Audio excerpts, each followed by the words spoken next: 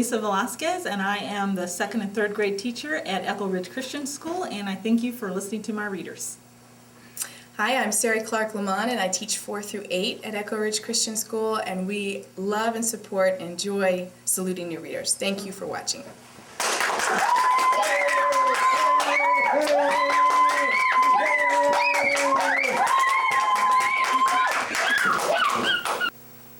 My name is Casey, and I'm going to be reading The Real Princess. Once upon a time, a prince was looking for a princess to marry. He looked for many years, but at last he returned home without. I must be sure she is a real princess before I marry her, said the prince. One night there was a terrible storm.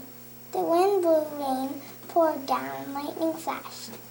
In the middle of the storm, someone knocked at the castle gate. "Who is there out in the storm?" thought the kind old king. He quickly went down to open the gate. A princess was standing outside the gate. She didn't look at all like a princess. Her face was wet, her hair was blown by the wind, water dripped from her clothes and shoes. Yet she said she was a princess. "A real princess," thought the queen. "We shall find out." The queen said nothing. She left cook quietly to make up a bed for the princess. First, she put a small dry pea on the bottom of the bed. Then she put on a mattress. She put on another mattress and another mattress. She piled 20 mattresses on top of the pea. And on top of the 20 mattresses, she piled 20 feather beds.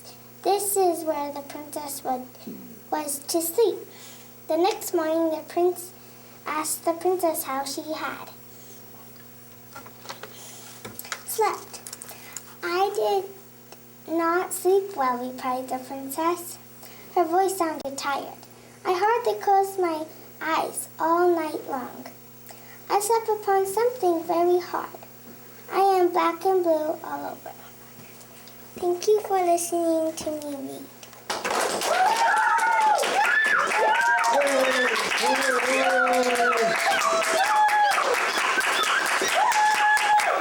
My name is Olivia, and I'll be reading Amelia Bedelia. Oh, Amelia Bedelia, your first day of work. And I can't be here, but I made a list for you. You do just what the list says, said Mrs. Rogers. Mrs. Rogers got into the car with Mr. Rogers. They drove away. My, what nice folks. I'm going to like working here, said Amelia Bedelia. Amelia Bedelia went inside. Such a grand house. These must be rich folks, but I must get to work. Here I stand just looking and read with the whole list of things to do. Amelia Bedelia stood there a minute longer. I think I'll make a surprise for them. I'll make lemon meringue pie. I do make good pies. So Amelia Bedelia went into the kitchen. She put a little of this and a pinch of that into a bowl. She mixed and she rolled. Soon her pie was ready to go in the oven. There, said Amelia Bedelia. That's done. Now, let's see what the list says. Amelia Bedelia read, change the towels in the green bathroom. Amelia Bedelia found the green bathroom. Those towels are very nice. Why change them, she thought. Amelia Bedelia remembered what Mrs. Rogers had said. She must do just what the list says. Then the list told her, well, all right, said Amelia Bedelia. Amelia Bedelia got some scissors. She snipped a little here and a little there. She changed those towels. There, said Amelia Bedelia. She looked at her list again. Dust the furniture. Did you ever hear tell us such a silly thing? At my house, we undust the furniture. Thank you for listening to me read.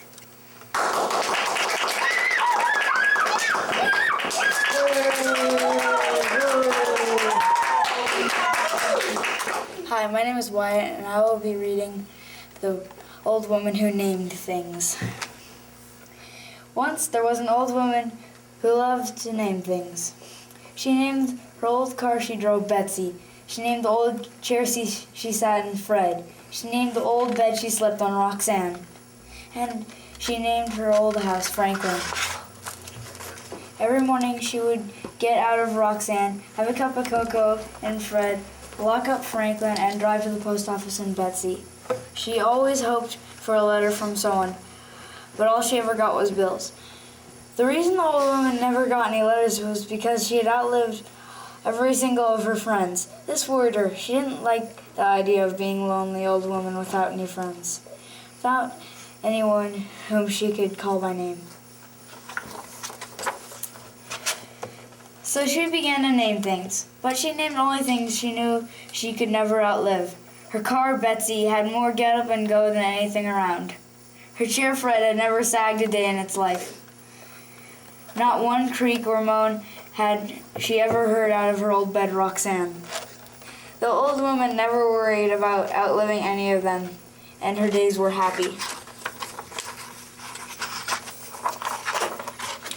One day, when the old woman was out soaping some mud off Betsy, telling her that Franklin wouldn't want to be seen with a car that didn't keep its bumpers a little cleaner, Shy Brown Puppy came to the old woman's gate. The old woman had not named the gate because 2 of its hinges had rusted off, and she could tell that the gate wasn't long for this world. The Shy Brown Puppy wagged its tail. It looked a little hungry. The old woman stood beside Betsy and watched the puppy for a little while. She said. Then she walked into Franklin, got a chunk of ham from her refrigerator, and came back outside. The old woman gave the ham to the hungry puppy and told it to go home. Thank you for listening to me read.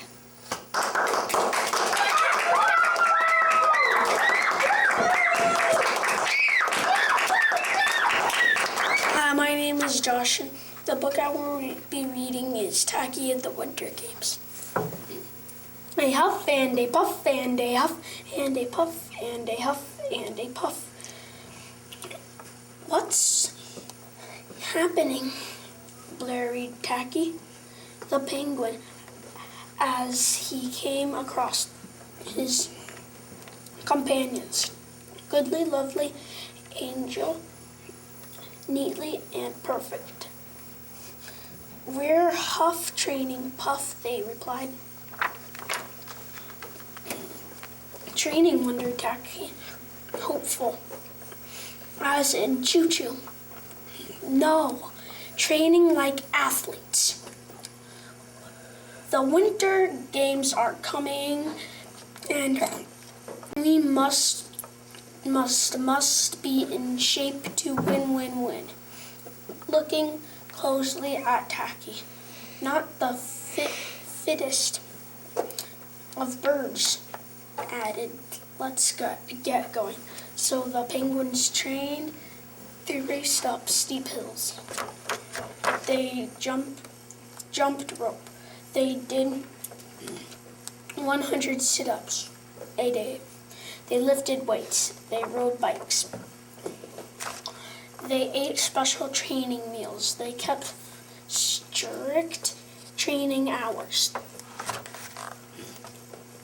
Most of all, they practiced their events: bobless sledding racing, ski jumping, speed skating. And finally, after weeks of work, Team Nice Iceland was ready for the long waddle to the Winter Games. Rat-a-tat. Thanks for listening to me read.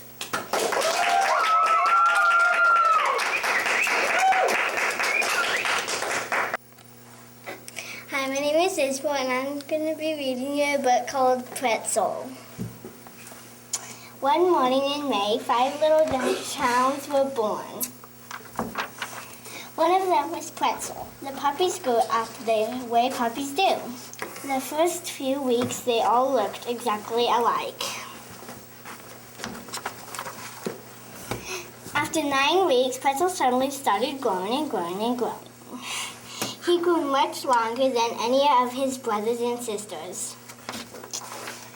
And when he was fully grown, he was the longest dachshund in all the world. Pretzel was pleased with himself because it was very dachshundish for a dachshund to be so long. When he was 1 year old, a dachshund is grown up at the age. He won the blue ribbon at the dog show. Everybody considered him the best looking dog of all. All the dogs admired him and all the people admired him, only Greta didn't. Greta was a little dachshund from across the street. Pretzel was in love with her and wanted to marry her. But Greta just laughed at him. I don't care for long dogs, she said, but it is very dachshundish for a dachshund to be so long. I won the blue ribbon at the dog show, said Pretzel. I still don't care, said Greta. Pretzel was hurt, but he did not show it. Please marry me, he said, and I will do anything for you. Prove it, said Greta, and went away. So Pretzel set out to prove it. First he brought Greta a nice big bone. Thanks for the bone, said Greta, but I won't marry you. For that, I don't care for long dogs. And she ate the bone and forgot about Pretzel. Pretzel had to try something else. He gave her the lovely rubber ball he had been given for his birthday.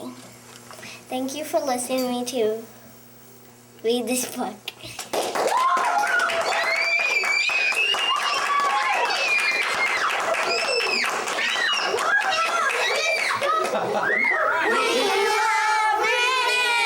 What do you love? Reading! And where do you go to school? Echo Ridge Christian School! What grade are you in? Second!